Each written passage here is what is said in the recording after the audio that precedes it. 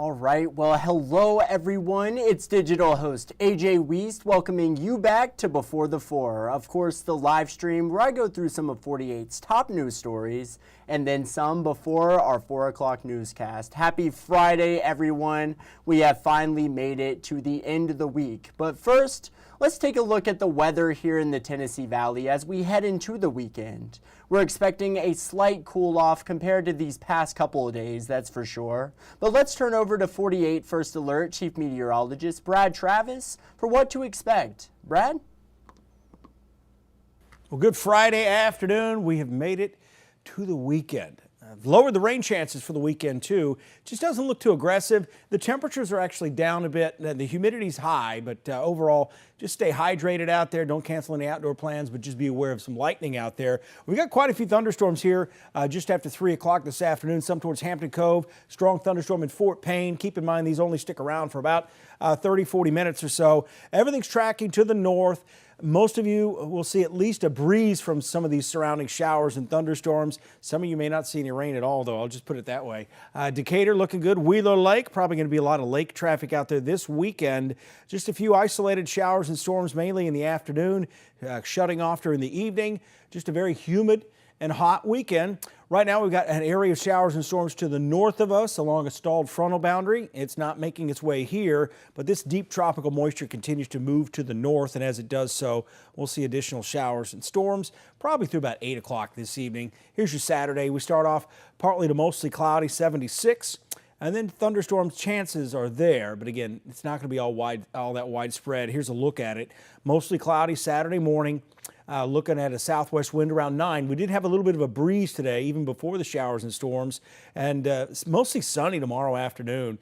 Just a few isolated afternoon storms. Again, this doesn't look nearly as aggressive as the 50% chance we had earlier in the week. So here's your 10-day forecast. 90s continue, but mid-90s, maybe some upper 90s next week. Rain chances are pretty low after Monday. Then high pressure really dominates our weather. Get ready. It's going to be hot for several days next week. All right, good to know. And also don't forget 48 First Alert Weather Extra that goes on every weeknight at 9:30. First Alert Chief Meteorologist Brad Travis will be back here in the CTV Center, and he'll have all the latest that he is seeing on the radar. So just not going to want to miss it. First Alert Weather Extra tonight at 9:30. You can watch it wherever you're watching Before the Four right now. But now moving over to a story in case you missed it out of Marshall County. Yesterday, the man accused of murdering a 69-year-old man near Asbury made an appearance in court, in which we learned more details on the case.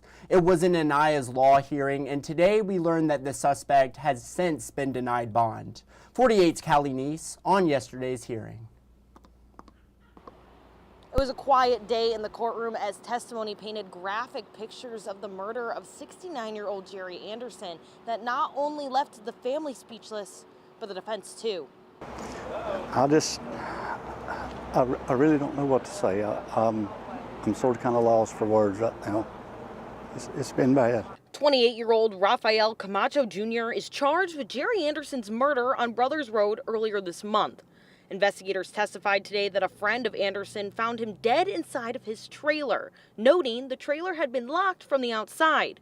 Anderson was found in it with a shotgun wound to the head that had been covered up with a t-shirt. The friend who found Anderson's body told investigators that he had seen Camacho with a shotgun at Anderson's home the night before. Camacho told deputies that he and Anderson were doing drugs, but Anderson's friend told investigators the three of them were simply hanging out. Deputies later found a shotgun at Camacho's home, covered in what they say might be blood. Anderson's aunt, Sheila Banks, told me that she doesn't know why anyone would want to hurt him, adding that he was a kind man who deserves justice. The justice that we're wanting is not for us. Nothing will ever bring Jerry back. Nothing will ever replace the visual that we've got of what happened. So anything that happens to this guy is for Jerry. Today's hearing was taken under advisement, meaning that Camacho was returned to the Marshall County Jail, where he will await the judge's decision on his bond. Reporting in Gunnersville, Callie Neese, 48 News, on your side. And now in the Shoals, where a Lauderdale County woman is facing 23 additional charges in connection to animal cruelty. 48's Aria Pons with this story. 23 new cruelty to animal charges are being levied against Teresa Counts. So altogether, that makes for over 110 dogs and 105 misdemeanor charges from the 2 raids of her property since January. This is quite a bit different than the first time around, I think, because of the, number one, the stage of the dogs, number two, because we've got other people involved. In January, Counts was accused of keeping 82 dogs in deplorable conditions. She eventually signed the dogs over and the charges against her were dismissed. Our primary goal there was to get the dogs into a better situation than what they were. Just 6 months later, deputies were called back out to her property where they found 29 dogs in nearly the same conditions. Many of them still did not have access to food and water when the search warrant was conducted. Assistant District Attorney Marty Newell, who's assigned to this case, says the DA's office is confident that this time they'll be able to prosecute a successful case. The DA's office is communicating with her through an attorney and says she won't be put in handcuffs unless she refuses a court summons. In the meantime, this investigation is not over. She appeared to be making money and proceeds from boarding dogs and breeding and selling dogs. So we definitely have a link to her. Newell does say through Counts' case, they were able to find evidence to charge someone else, though at this time he says he cannot tell me who exactly that is. As we continue to learn more, we will keep you updated. Reporting in Florence, Aria Pons, 48 on your side. Now we're going to head to break, but coming up, new federal laws targeting fentanyl and a somber and good story of a fallen World War II soldier getting laid to rest near his granddaughter in Moulton. It's all ahead. We'll go through it all in 1 minute.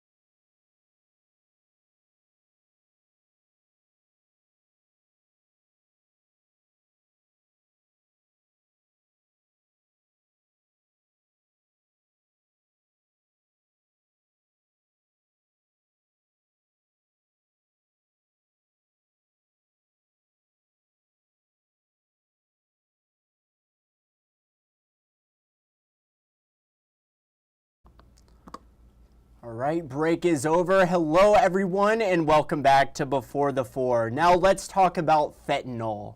Yesterday, President Donald Trump signed the Halt Fentanyl Act. The law aggressively cracks down on the possession of the dangerous drug. 48's Nick Ballinger spoke with a former U.S. attorney and has reaction from Senator Tuberville on the Halt Fentanyl Act. Let's take a listen. We've got to be aggressive. We got to take the offense and not just play defense. Senator Tommy Tuberville says President Trump signing the Halt Fentanyl Act into law finally takes the right approach to slow fentanyl deaths in America. Jay Towns saw the growth in fentanyl use over his time as a U.S. attorney. Back in 2017, methamphetamine was killing, 40,000 people a year. Fentanyl has doubled that. Just during the months of May and June, Hemsey officials say they administered the overdose-reversing drug Narcan 100 times. That works out to be about 2 to 3 times a day. According to the Madison County coroner, a person overdoses and dies once every 4 days. 90% of the time, fentanyl is involved. This is a multi-billion, multinational corporation, the drug cartels, and this just put a big hit on them. They have some of the world's best scientists. The law makes any form of fentanyl a Schedule I controlled substance. Towns says this addresses a common occurrence among producers. So they change a chemical or the amount of a chemical so that the actual synthetic nature of it is different. Well, now any analog of fentanyl is fentanyl. Also, if you're in possession of 100 milligrams of fentanyl, you'll face a minimum 10-year prison sentence. And now take a look at this. Last night, a ceremony was held in the town of Moulton after a fallen World War II soldier's remains returned to his family. 48's Faith Delp with the details. Hundreds of people from all over came here, waved flags, and made signs to honor Private Mac Kidd as he was brought home to his final resting place. Private Kidd, welcome home. Private Kidd, he gave his all. Mac Kidd volunteered to fight for his country and serve overseas in World War II. This is the only picture of him from 1943 when he was 20 years old. He was killed the following year fighting in Burma. He was buried and left unidentified for decades. Everybody says your oath never expires. And that includes to each other. Philip Terry is the commander of the American Legion in Moulton, and he says organizing his return is an honor. Kidd is from Kentucky, but his closest living relative is his granddaughter, who lives in Moulton, which Terry says is why he is being laid to rest here. Terry added some of Kidd's children, grandchildren, and great-grandchildren also served, leaving a strong legacy. He says no man left behind means no man left behind. Private Kidd is and was one of our brothers, a brother at arms, and it's our responsibility to get him, to not leave him behind, get him to his final resting place. It means so much to a veteran to know that their story is still there when they passed on. Terry told me he had never seen anything like this before. Kidd will be laid to rest near his daughter's burial site next Saturday at Friendship Cemetery. Reporting in Moulton, Faith Delp 48 News on your side. Incredible story there. And now let's talk about an awesome music-filled event happening this weekend, especially if you're a fan of local radio here in the Huntsville area. Tomorrow, WLRH 89.3 is putting on an awesome event to celebrate one of their longest-running radio shows. Brad Posey is the host of The Invisible City, which of course airs Friday and Saturday nights. And tomorrow night at Yellowhammer Brewing, they are celebrating the show. I recently had Brad Posey in here at the station and spoke with him all about what he does and tomorrow's event. Let's take a listen. Love that album. But let's talk about next Saturday, your event that's coming up. Yeah, talk a bit about that. Well, what we do at WLRH, I'm a volunteer there. I don't actually work there, but I've been doing, like I said, I've been doing the Invisible City for going on 16 years. But what we try to do is we try to have little, local events for the public every so often or whatever. In the past, we've done Invisible Fest, which is I don't know when we did the first one, but we've done 3 of them. Then we did a little thing called Invisible Summer, and this one's called Invisible Man, which makes me feel goofy because it's sort of about me, but that's fine, that's great. Any excuse to have a party is good, but it's one of those little times where we can go, if you love the station and you love the show, come out, meet everybody, shake hands, have a beer, have a hug, and it may pull some people in who aren't familiar with WLRH. I mean, I know, 1,000 people who love the station. I don't know how many people in the city who probably have never heard of it. So, but that tells you how big Huntsville is. It tells you how interesting Huntsville is and how deep Huntsville is. Along with WJAB, the two big public stations.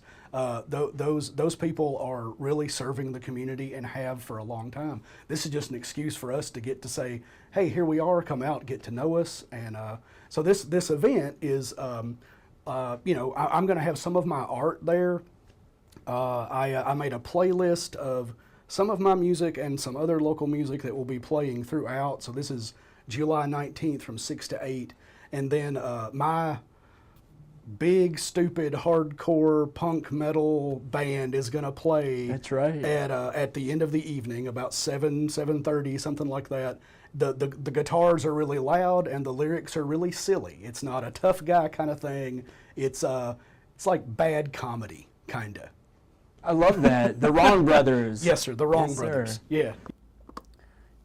Yes, and that was Brad Posey there, the host of The Invisible City. You can find more information about tomorrow's event at Yellowhammer Brewing right now on our website. Just go to WAFF.com. You'll go to digital shows and then 48 Now. Awesome time chatting with Brad. And also, if you want to watch the full interview, he goes into more of his day by day, what goes into him choosing the songs that he does ultimately play on his show, and also examines the local local talent and the local artists here across the Tennessee Valley. So awesome interview there with Brad Posey, WLRH. But now let's head into the stories you're just not going to want to miss coming up in our evening newscast. Water concerns in Madison County in regards to a treatment plant. 48's Callie Neese will have those details coming up. Another story you're just not going to want to miss, following up on the new state hemp law that went into effect at the beginning of the month. And of course, kitchen cops. Get all the latest scores from across the Tennessee Valley coming up, and these are just a few of the stories you're just not going to want to miss coming up in our evening newscast.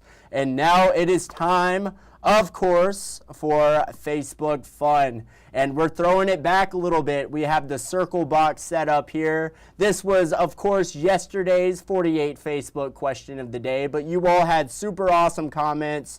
I had to repeat that question for a second day. So if you could choose, or if you could be any animal for just one day, which animal would you choose to be? And let's see what else you all had to say for day 2. Let's see. Terry said, my dog, he sleeps all day free.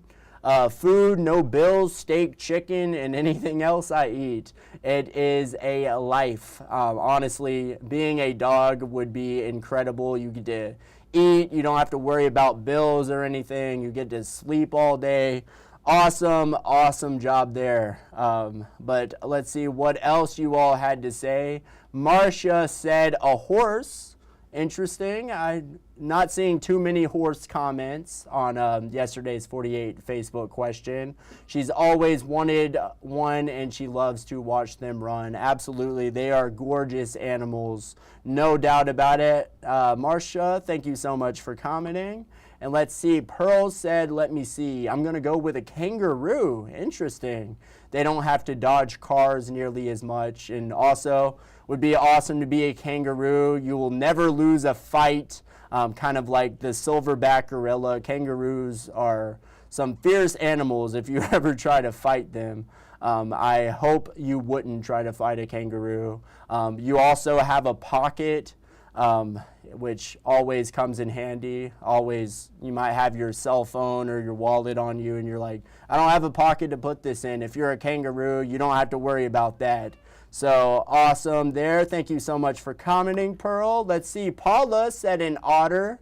Yeah, otters seem like they are living a very chill life. They just kind of lay on the water and just take it easy, it seems like. Being an otter would be super awesome. Paula, thank you for commenting.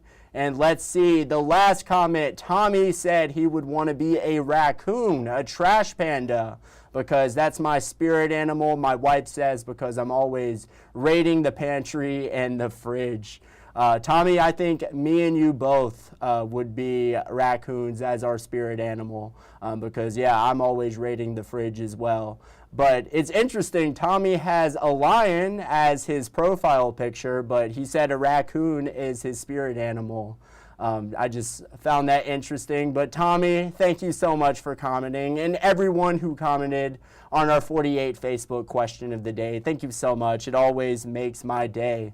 But y'all, that is just about it for today's Before the Four. I want to thank you all for sticking around this fine Friday afternoon and spending a little bit of time watching Before the Four. I hope you all have a great weekend. Do something fun this weekend. And as always, thank you so much for watching. You all have a great night.